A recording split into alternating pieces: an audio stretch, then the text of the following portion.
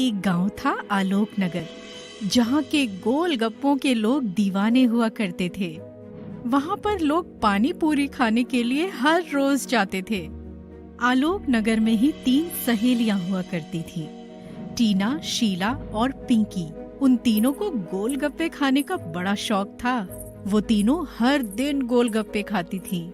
एक दिन तीनों सहेलियां बैठी बातें कर रही थी। आज हम ना गोलगप्पे खाने के साथ घूमने भी जाएंगे। उसके बाद टीना, शीला और पिंकी तीनों निकल जाते हैं पानी पूरी खाने। जाते ही वो तीनों देखती हैं कि आज तो पानी पूरी वाला आया ही नहीं है। अरे यार, ये क्या, आज तो पानी पूरी वाले आए ही नहीं है। अब क्या करेंगे हम? सुनो दोनों, चलो बगल वाली नदी में घूमने चलते हैं, तब तक शायद आ जाएं पानी पूरी वाले। इतना कह के वो तीनों चली जाती हैं नदी घूमने। नदी का पानी उफान पर था। पानी में बहुत तेज लहर चल रही थी। मुझे डर लग रहा है, हमें यहाँ से चलना चाहिए। हाँ, अरे कुछ नहीं होगा, चल आज चलते हैं पानी में। पिंकी मना कर देती है, फिर भी टीना और शीला की जबरदस्ती करने पर वो जाने लगती है। तभी अचानक पिंकी का पैर फिसल जाता है और वो पानी में गिर जाती है। बचाओ, शीला, टीना, प्लीज मुझे बचाओ, मैं डूब रही हूँ। पिंकी बहुत हेल्प मांगती है, बहुत चिल्लाती है, लेकिन उसकी दोनों सहेलियां उसे मरता डूबता छोड़कर चली जाती हैं। कुछ दिन बीत जाने के बाद उसी गांव में एक पानी पूरी वाली आती है। ये पानी पूरी वाली कोई और नहीं थी, बल्कि पिंकी ही होती है, जो कि अब चुड़ैल बन चुकी थी। एक दिन 2 औरतें उस पानी पूरी वाली के पास पानी पूरी खाने आती हैं और पूछती हैं, ए पानी पूरी वाली, पहले तो तुझे कभी देखा नहीं, कहाँ से आई है तू? पानी पूरी अच्छी मिल रही है ना, खाने से मतलब रखो, सवाल जवाब मत करो। बड़ी ही अजीब लड़की है, कैसे बोल रही है? इतना कह के वो दोनों चली जाती हैं। उस पानी पूरी वाली की खबर पूरे गांव में चली जाती है और सबको पता लग जाता है कि नई पानी पूरी वाली बहुत टेस्टी पानी पूरी बनाती है। एक दिन की बात है कि शीला सोच रही होती है, क्यों ना आज पानी पूरी खाई जाए। सुना है नई पानी पूरी वाली बहुत टेस्टी गोलगप्पे बनाती है। शीला ये सोचते सोचते पानी पूरी खाने निकल जाती है। तभी उसे पिंकी चुड़ैल दिखाई देती है। शीला को देखकर पिंकी चुड़ैल सोचती है, जिस दिन का मुझे इंतजार था, आज वो दिन आ गया है। आज मेरा बदला पूरा हो जाएगा। ए पानी पूरी वाली, जरा 2 प्लेट लगा तो, मैंने सुना है तू बहुत टेस्टी पानी पूरी देती है। हाँ, तुझे तो मैं खिलाऊंगी। पिंकी अपने चुड़ैल के रूप में आ जाती है और कहती है,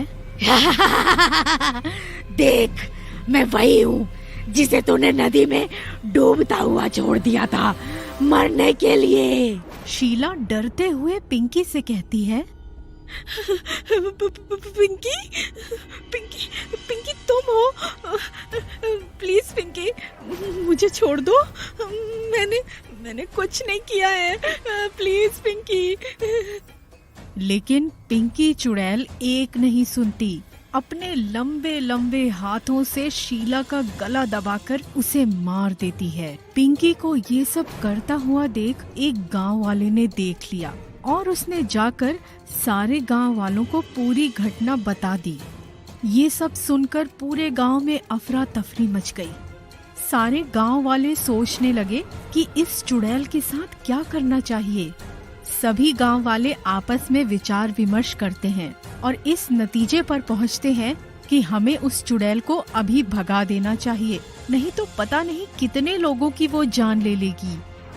सारे गांव वाले इकट्ठा होकर उस चुड़ैल के पास जाते हैं और कहते हैं कि हमें पता चल चुका है कि तुम चुड़ैल हो, यहाँ से चली जाओ। पिंकी अपने असली रूप में आ जाती है और कहती है, जब आप सबको पता लग ही गया है तुम्हें बता देती हूँ कि मैं यहाँ सिर्फ अपना बदला लेने आई हूँ। मेरा बदला पूरा होते ही मैं यहाँ से चली जाऊंगी। मैं आपके गांव की एक लड़की थी जिसे मेरी सहेलियों ने मरने के लिए छोड़ दिया था। एक को तो मैंने मार दिया है, लेकिन अभी एक और बाकी है। उसको मारने के बाद मैं अपने आप ही यहाँ से चली जाऊंगी। गांव वालों की भीड़ में टीना भी थी, वही टीना जो पिंकी चुड़ैल की दूसरी सहेली थी। टीना को ये नहीं पता था कि वो पानी पूरी वाली चुड़ैल जिसके बारे में सारे गांव वाले बात कर रहे हैं वो पिंकी ही थी। वही पिंकी जिसको उसने और उसकी सहेली शीला ने बचाया नहीं था और वो पानी में डूबकर मर गई थी। पिंकी को इस भयानक चुड़ैल के रूप में देखकर टीना पहले ही डर जाती है और उसके बाद चुड़ैल की बातें सुनकर उसकी हालत और खराब हो जाती है। पिंकी की बातें सुनकर वो बहुत डर गई। वो समझ गई थी कि अब शीला के बाद उसी की बारी है। चुड़ैल की बातें सुनने के बाद डर के मारे टीना चुपचाप निकलने लगती है, लेकिन तभी चुड़ैल की नजर टीना पर पड़ जाती है और वो गुस्से से टीना को पुकारते हुए कहती है, कहाँ जा रही है टीना? मैं तुझे नहीं छोड़ूंगी। तुम दोनों ने मुझे मरने के लिए छोड़ दिया। आज मैं तुझे मार के अपना बदला पूरा करूंगी। हाँ। टीना डर के मारे रोने लगती है और पिंकी से दया की भीख मांगती है। पिंकी, पिंकी प्लीज माफ कर दो मुझे, मेरी कोई गलती नहीं थी। मैंने तो शीला को बोला भी था कि तुमको बचा ले, लेकिन उसने कहा कि नहीं, हम अगर बचाने जाएंगे तो हम खुद भी मर जाएंगे। प्लीज पिंकी मुझे माफ कर दो, मैं तो तुम्हारी बहुत अच्छी सहेली थी ना, सबसे अच्छी वाली सहेली थी ना पिंकी। प्लीज माफ कर दो पिंकी मुझे। लेकिन टीना के रोने और गिड़गिड़ाने का भी कोई असर पिंकी पर नहीं हुआ, क्योंकि वो जानती थी कि उन दोनों ने उसे मरता हुआ छोड़ दिया था। वो चाहती तो उसे बचा सकती थी या कोई मदद ला सकती थी, लेकिन उन दोनों ने जानबूझकर उसे मरता हुआ छोड़ दिया। अपनी दोस्ती का भी फर्ज नहीं निभाया। पिंकी अपने लंबे हाथों को उठाकर टीना का गला दबा देती है और उसे मार डालती है। अब मुझे शांति मिली। आज मेरा बदला पूरा हो गया। मैं अब हमेशा के लिए इस गांव से जा रही हूँ। इतना कहकर पिंकी चुड़ैल वहाँ से गायब हो जाती है और सभी गांव वाले भी अपने अपने घरों को चले जाते हैं। उस दिन के बाद से आलोक नगर में कभी भी पिंकी चुड़ैल वापस नहीं आती है, क्योंकि उसने अपनी दोनों सहेलियों से अपना बदला पूरा कर लिया था और उसकी आत्मा को शांति मिल जाती है।